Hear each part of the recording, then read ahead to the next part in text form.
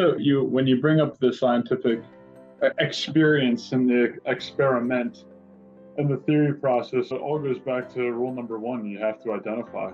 And most people are stuck on that rule, and they don't know how to identify the proper problem or the proper identification of what it is, so that they can find the problem and then solve the problem. So it's really on step one that most people are getting confused about, when the answers are pretty straightforward, and most people know the answers, but they don't want to listen to those answers. I don't think they know the answer, because if they did, then I clearly wouldn't feel good betraying myself every day. I'm not saying I'm just me. I don't think any human being feels good betraying themselves every day. Like, why does addicts have remorse? Why does a killer or a rapist go and confess that's what they did by themselves, right? And they're stuck on that first rule. They don't know how to identify and change that. But an addict just wants their fix. A rapist just wants to stay consistent. A murderer wants to stay consistent, and they have yet to challenge that first step. So that's where I would disagree, is that most people don't know where they're at and what they're doing. And even in the work world, life insurance agents and sales guys, they're doing what they're doing. Their incentive is to profit off of another person. Their incentives, a drug addict, their incentive is to get their fix. A rapist, their incentive is to seek pleasure and lust, sin. So it all goes back to the first step, and that first rule is that we must identify the problem. And most people know the answers, but they're so contorted by what's going on inside of their experience of life that now they've been down such a low vibrating frequency that they're so used to this. But truly, you don't experience life whenever you're living a delusion. Of course. I'm living more today than I ever was in my life.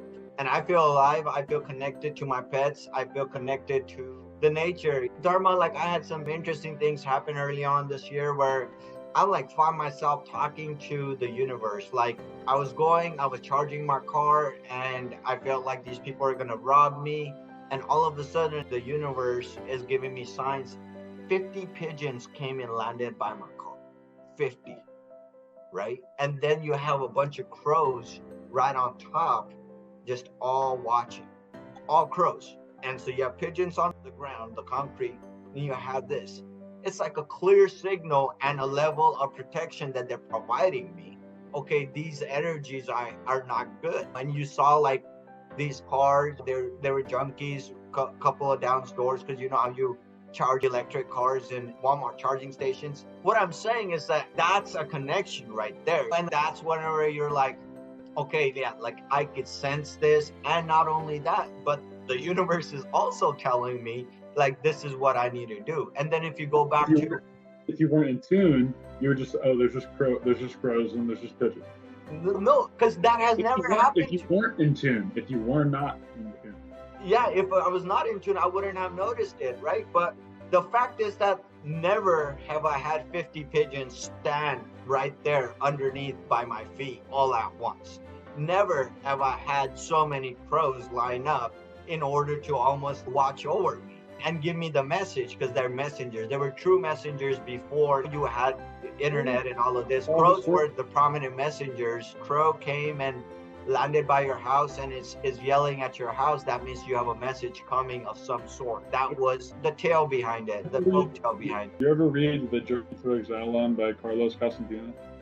Oh man, I was just listening to Carlos Castaneda the other day and heard that. It's a great book, and one of Carlos Castaneda's gurus, his name was Don Juan, and he spoke about the crows and how crows, they would give, because Carlos Castaneda is a businessman, sued, all that stuff, lived in the Matrix, all that, and then he completely removed himself. And for context, for anyone who doesn't know Carlos Castaneda is, then he went to Mexico to find an individual who could teach him the ways, and basically what Don Juan did, his guru, he basically helped provide that light within Carlos so that he could find the attunement. And when they would pass by crows would talk, yell at them, and then they'd say, all right, well, that's a message, we're not supposed to go this way, we need to go this way.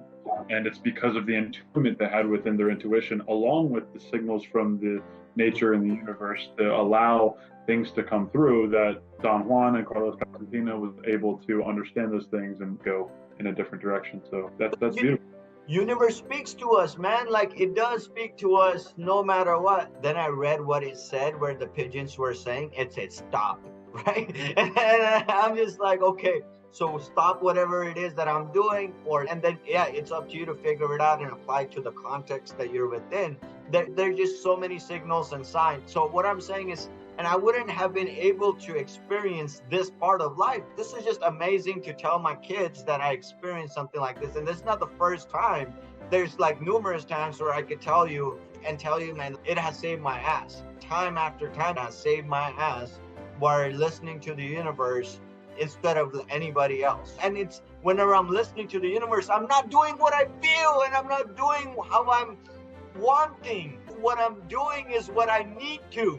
And that's the difference. And then like now if you go back to saying if you're doing what you need to in all circumstances, yeah, that's totally respectable, man. Like sometimes a police officer even needs to kill somebody who's shooting at them, or they're going through a back and forth, right? And even though that's probably clearly not the first thing you want to do, but you want to shoot back before they kill you. And so the same thing in a war, right? Like a lot of things, a lot of people are put in a position where they don't want to really do this, but Arjun didn't want to go attack all of his family, his own family, and kill every single one of his family members in Mahabharata. It was never about him. See, but everything about individual, it's all about us. And that's where my issue is all there. It's okay.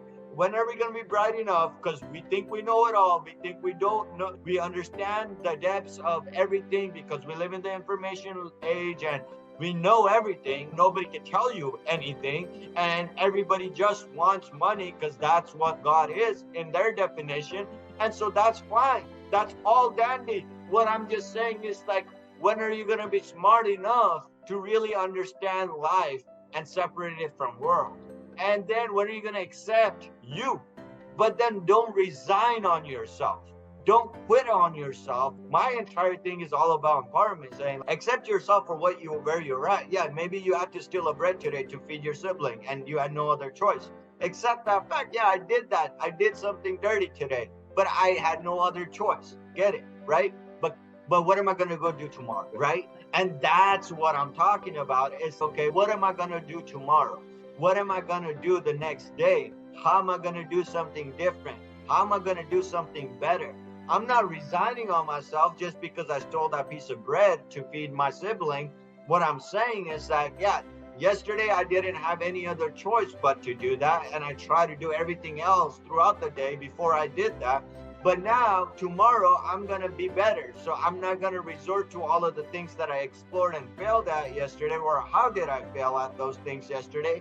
I'm going to figure out what I'm going to do to succeed at some of those things so I don't have to resort to doing this. It's as simple as that, man. You know what I'm saying, Dharma? I'm not trying to criticize the general population for, yeah, man, I've been there. I've done exactly every single thing that they are doing, everybody's doing. And sometimes I still catch myself doing some of those things that I'm not supposed to do, right? And that's God honest truth. But my intention is continuously to improve, and I'm not resigning on myself, and I never will. I never will resign on, I accept myself wholeheartedly, but I'm not going to put on myself in the process. I'm just not going to do that. And I think that's the agenda that's been pushed without the second part of the definition is, hey, accept yourself, right? Go ahead and accept yourself. That's fine. That's good. If you're bi, if you're gender, if you're poor, if you're rich, if you're Mexican, if you're black, if you're white, whatever you want to call yourself, whatever you want to be, accept yourself.